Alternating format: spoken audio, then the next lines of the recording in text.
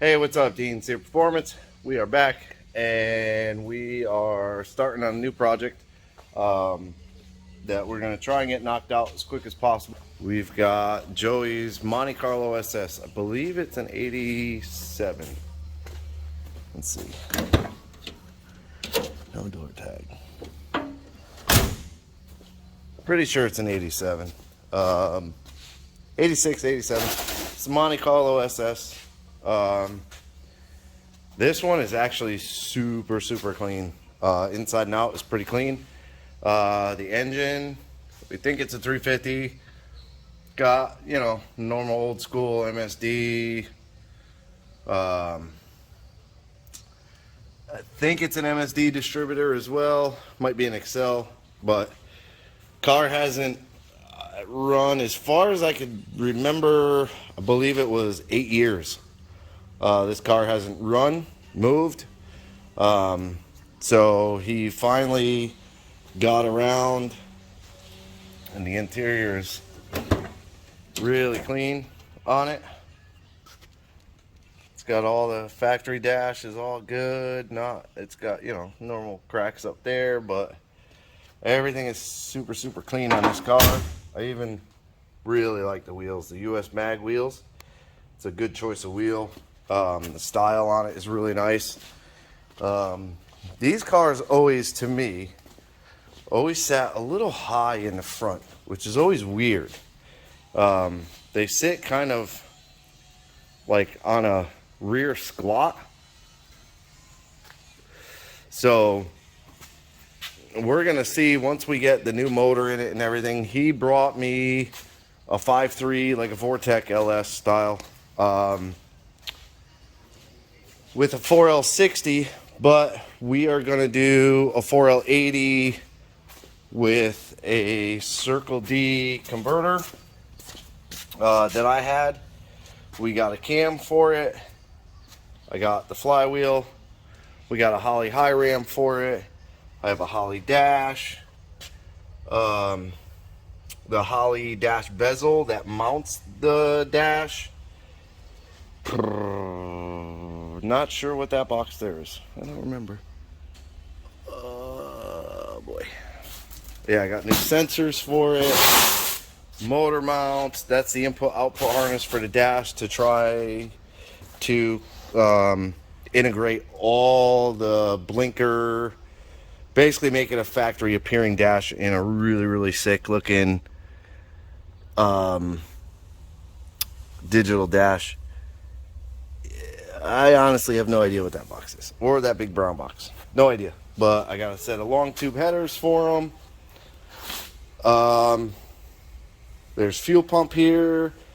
There's fuel line here. Oh, that's a regulator. I believe that's the regulator kit, because there's fuel pump, regulator. I have everything here. And that little box there is the dash, USB.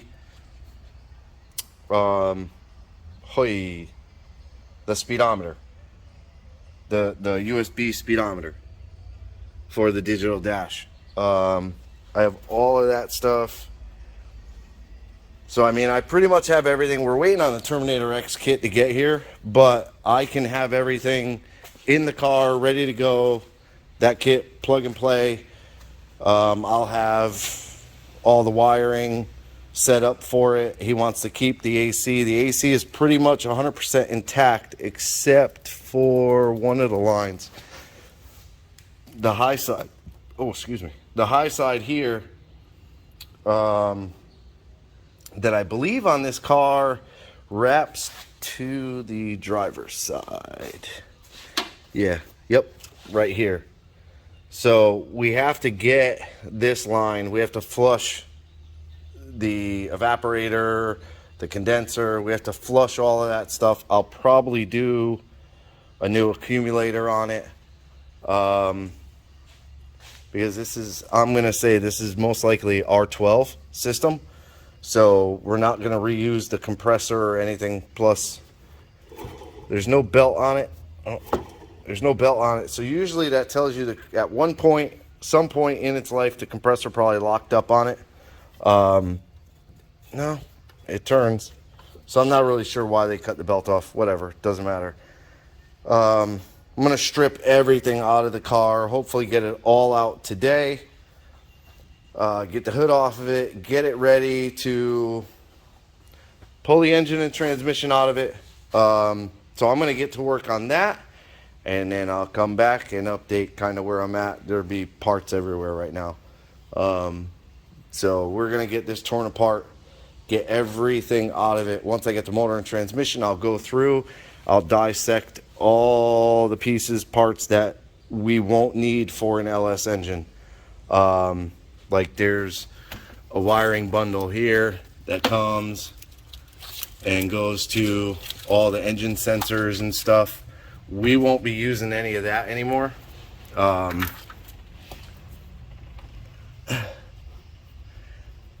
Yeah, that's AC switch, so that line will have to stay. Like there's certain things that have to stay and there's certain things that don't need to stay. So the good thing about this is if I connect the battery, everything works. So I can leave as much of the wiring in there as I can, you know, dissect as much as I need to with the key, being able to function the key to see what needs to stay and what needs to go. So I'm going to get to work, start disconnecting all the hoses, draining all the fluids, doing all that good stuff, and I will update in a few minutes, well, a couple hours. Okay, so we're back, and I got pretty much everything taken out from up above. I got the radiator, the shroud, the AC lines I took off. I'm going to keep them and convert them. Radiator's right there. I start my box of parts. The MSD box is in there. There's a box of garbage. So the coolant's all drained out for the most part. It's dripping all over, but cobwebs everywhere. Come underneath to, I always kind of look everything over, and I had noticed that he does already have a fairly decent exhaust. It's 2 1/4 pipe to 2 1/2 mufflers with just some little turn downs, and that's how he wants to keep it, which is fine and good. They are MagnaFlow, and it's, for the most part, the driver's side's perfectly straight. Passenger side, they did the curve to get it over, which fine and good, you know, gets it above the floor pan or whatever. I noticed that it has this channel as an extension on the cross member,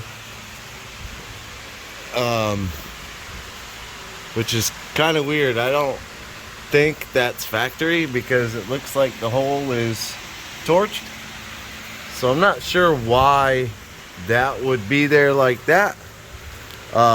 This side, they, you know, did the normal push through bender where it, you know, puts a little ding in the pipe and it turned it up. But then over here,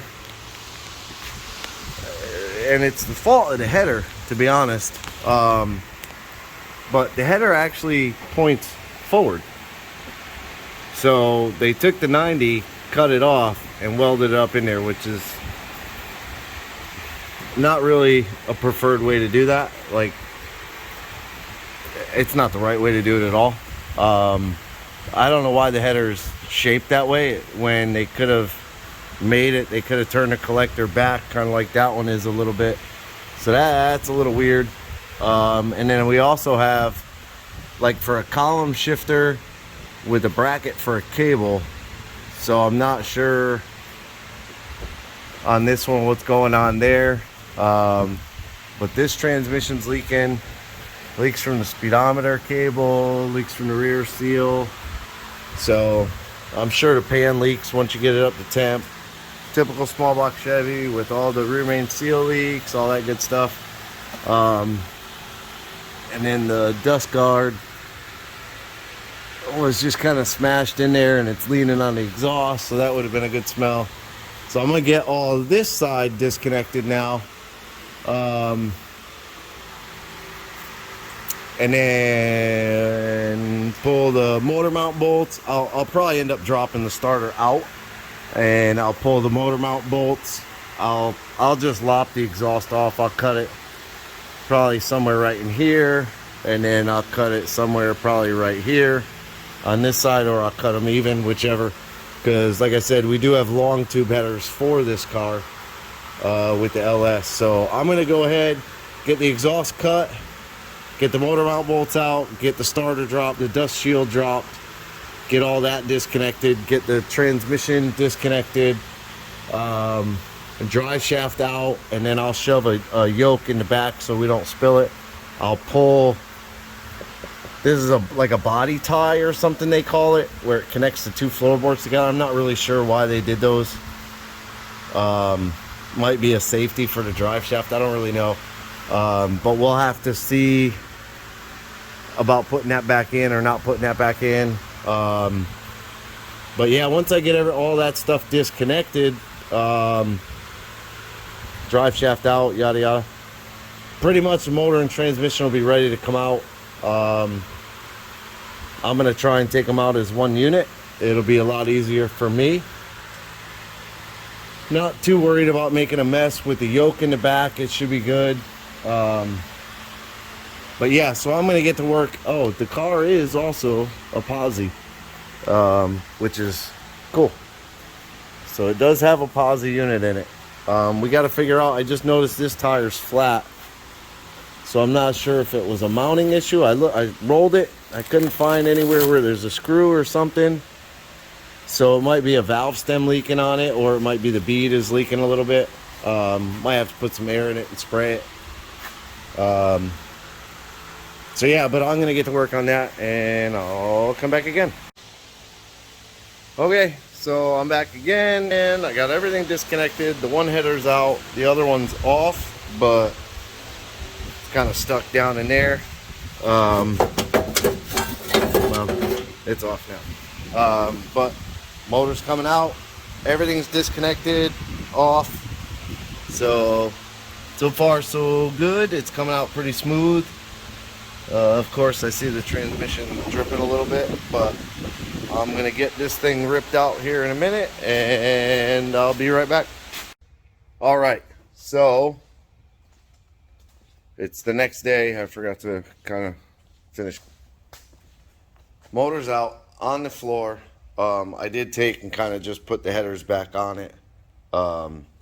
Transmission's puking out of the yoke. I didn't realize that yoke has a little pinhole in it. But I got the motor all out, so engine bay is all cleaned up.